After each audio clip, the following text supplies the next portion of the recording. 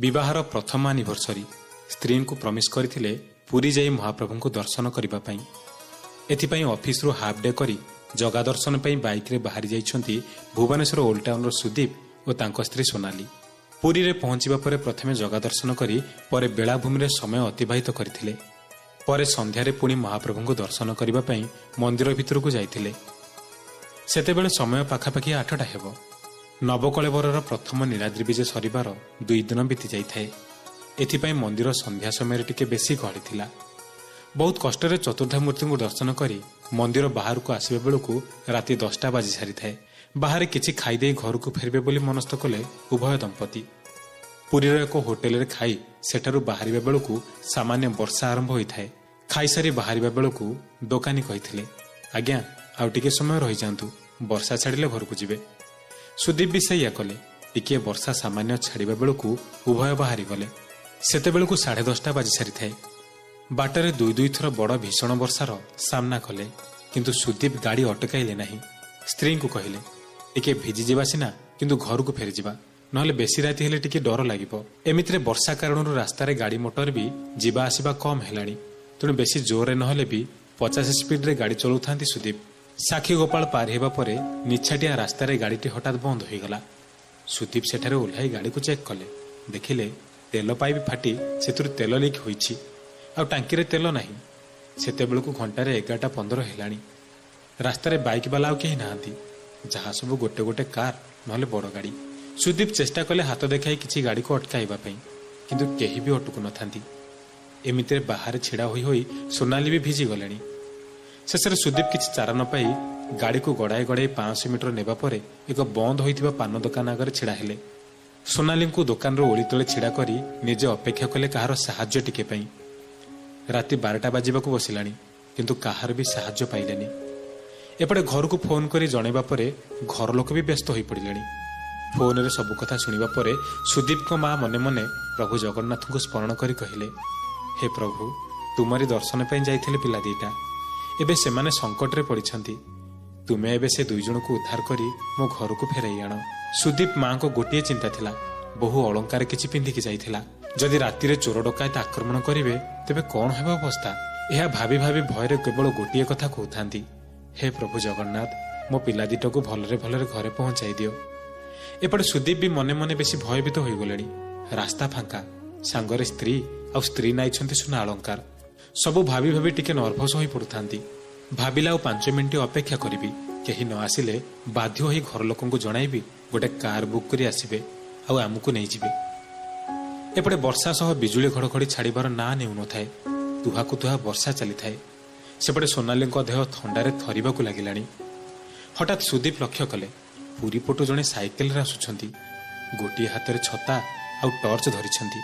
एहा सहित धीर कंठरे जयदेवଙ୍କ गीत गोविंदर केई पद गीत गाउथांती।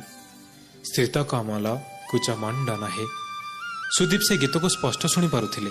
आ पाखापाखि हेला बेलू सुदीप से साइकेल आरोही को बिजुली आलोक देखि पारुथांती। श्यामल वर्णर लोक जणे, बयस पाखापाखि 55 ରୁ 60 हेब। देहरे खंडिए लुंगी आ कांधरे खंडिए गामुछा। बास सेतिकिरे लोकटा वर्षारे थंडारे साइकेल चला चली आसुछि। साइकेल आरोही जनक सुदीप को पाखापाखि हेला बेलू पचारिले, कौन हेला बाबू, काहाको एटी अपेक्षा करिछंती, किछि असुविधा होइछि कि? सुदीप कहिले, गाड़ीटार तेल सरीगला, अपेक्षा करूछु किए टिके साहाଯ୍य कले पाख तेल टांकी जाई टिके जाई परंतु। एकथा शुणी साइकेल आरोही जनक उत्तर देले, एई कथा, हौ टिके रुह, बनमाली थाउ थाउ तुमे पुणी हैराण रे पड़िबो। सुदीप तांको कथारु जानि पारिले लोकटीर ना बनमाली। बनमाली ओल्है पड़ी साइकेल रे झुलाइथिबा पेट्रोल बोतल को काढिले आ कहिले, नियो गाड़ी रे पकाई दियो। सुदीप कहिले, हेले आपण पेट्रोल कुआडे नउथिले? बनमाली कहिले, हे से गाँ पाखरे मु बायगण चाष करूछि, सकाळु जेनेरेटर चलाइबार थिला, तेणु तेल नहीं जाउथिली। सुदीप किछि संकोच न करी तेल नेले आ गाड़ी रे पकाई सारिबा परे पकेट रु 5 टंका काढी बनमाली को देले। किंतु बनमाली से टंका नेबाकू सफा सफा मना करदेले। कहिले, कि कथा, विपद बेले साहाଯ୍य कली, ता बोली कोन पैसा नेबी? मो द्वारा ताहा हेबनी, तुमे जाओ बाबू, घर को जाओ। सुदीप जेते बाध्य कले पैसा नेले नहीं। ओलोटा कहिले, तुमे 2 जण पुरी रु फेरिछ, तुमको साहाଯ୍य करी पैसा नेले मोर पाप हेबो। तुमे आउ केते बेले मो बायगण बाड़ी आसी मो पई किछि भल जिंस नै आसीबो। ଏବେ ତୁମେ ଜଲ୍ଦି ଯାଅ, ରାତି ଅନେକ ହେଲାଣି।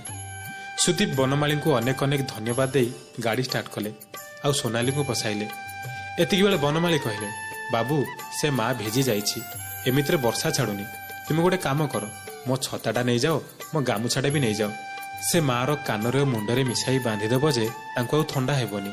ଏପଟେ ଯେବେ କେବେ ପୁରୀ ଆସିଲେ ଏହି ଗାଁ ପାଖ ଚାଷ ଜମିରେ ଥିବି, ମତେ ଦେଇଦେବେ। ସୁଦୀପ ଗାମୁଛାଟିକୁ ସୋନାଲିଙ୍କ ମୁଣ୍ଡରେ ବାନ୍ଧିଦେଲେ ଆଉ ଛତାଟିକୁ ନେଇ ସୋନାଲିଙ୍କ ହାତରେ ଦେଲେ ଆଉ କହିଲେ, ତୁମେ ଛତା ଧର, ମୁଁ ଧୀରେ ଧୀରେ ଗାଡ଼ି ଚଲାଉଛି। ଏମିତିରେ ସେଠାରୁ ବିଦାୟ ନେଇ ସୁଦୀପ ପେଟ୍ରୋଲ ଟାଙ୍କି ପାଖରେ ପହଞ୍ଚିଲେ ଆଉ ପେଟ୍ରୋଲ ପକାଇ ପାଖାପାଖି ରାତି 2ଟାରେ ଘରେ ପହଞ୍ଚିଲେ। 2 ଦିନ ପରେ ସୁଦୀପ ସେ ଛତା ଆଉ ଗାମୁଛା ସହ ଗୋଟିଏ ମିଠା ପ୍ୟାକେଟ ଧରି ସାଙ୍ଗ ସହ ସେହି ସାକ୍ଷୀଗୋପାଳ ଗାଁ ପାଖାପାଖି ଚାଷ ଜମି ସବୁ ବୁଲିଲେ। ହେଲେ ସବୁ ଚାଷ ଜମିରେ ସେଭଳି କେହି ଲୋକ କାମ କରୁନଥିଲେ। ସୁଦୀପ ଛତା ଆଉ ଗାମୁଛା ଦେଖାଇ ପଚାରୁଥାନ୍ତି, କିନ୍ତୁ ସବୁ ଚାଷୀ ମନା କଲେ ଆଉ କହିଲେ, ବନମାଳୀ ବୋଲି କାହାକୁ ଆମେ ଚିହ୍ନିନୁ।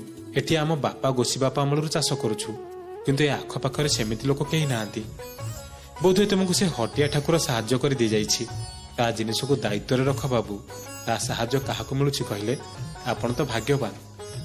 ଏପଟେ ସୁଦୀପ ବି ନିର୍ବାକ ମନେ ମନେ ଭାବୁଥାନ୍ତି, ସତରେ କ'ଣ ସେ ଏମିତି ସାହାଯ୍ୟ କରିବାକୁ ଆଗେଇ ଆସେ? ସେଇଠୁ ସିଧା ବାହାରିଲେ ପୁରୀ ଆଉ ସାହଣ ମେଲା ସମୟରେ ବଡ଼ ବଡ଼ ଚକା ଆଖି ଦିଟାକୁ ଦେଖି ଲୁହ ଛଳ ଛଳ ଆଖିରେ କହିଲେ, ମହାବାହୁ ତୁମେ ଥିଲେ ଡର କାହାକୁ? ମୁଁ ନିର୍ବୋଧଟା ତୁମକୁ ଚିହ୍ନି ପାରିଲିନି। ମଣିମା, ମୁଁ ଋଣୀ ହୋଇଗଲି ତୁମ ଆଗରେ।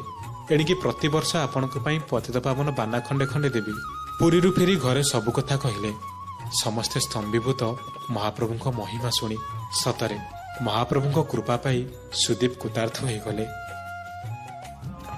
ଯଦି ଏହି ମହାପ୍ରଭୁଙ୍କ ଭିଡ଼ିଓଟି ଆପଣଙ୍କୁ ଭଲ ଲାଗିଥାଏ ତାହେଲେ ଆମ ଚ୍ୟାନେଲକୁ ଲାଇକ୍, କମେଣ୍ଟ, ସେୟାର କରନ୍ତୁ। ବେଲ୍ ଆଇକନକୁ ଟଚ୍ କରି ସବୁ ଭିଡ଼ିଓ